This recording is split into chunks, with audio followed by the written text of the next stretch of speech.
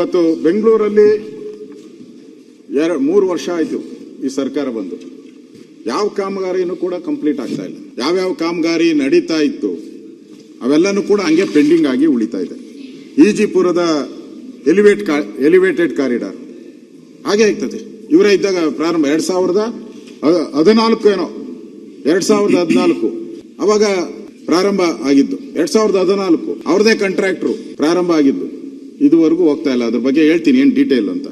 Ullal grade ಸಪರೇಟ್ರು ಮಳೆ ಬಂದ್ರೆ ನೀರು ತುಂಬುವಂತತೆ, ಅದನ್ನು ಕಂಪ್ಲೀಟ್ ಆಗಿಲ್ಲ, ಹಂಗೆ ಬಿದ್ದೈತೆ.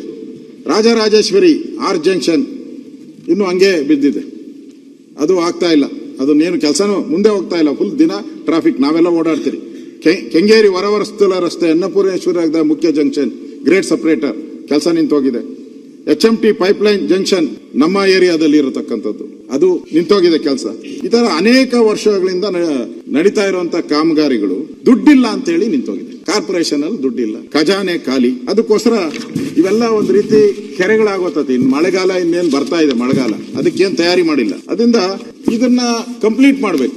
ಸರ್ಕಾರ ಕೇಳಿದ್ರೆ ನಮ್ಮಲ್ಲಿ ದುಡ್ಡಿಗೇನು ಕೊರತೆ ಇಲ್ಲ. ನೆನ್ನೆನು ಹೇಳ್ತಾ ಇದ್ರು, ಒಂಥರ ಕೃಷ್ಣದೇವರಾಯ ಕಾಲದಲ್ಲಿ ಚಿನ್ನ ರಸ್ತೆಯಲ್ಲಿ ಮಾರ್ತಾ ಇದ್ರು, ಹಂಗೈತೆ ನಮ್ಮ ಹತ್ರ ದುಡ್ಡು ಅಂತ. ಇಲ್ಲಿ ನೋಡಿದ್ರೆ ಈಜಿಪುರದ ಎಲಿವೇಟ್ ಕಾರಿಡಾರ್ಗೆ ಪ್ರಾಬ್ಲಮ್ ಏನು?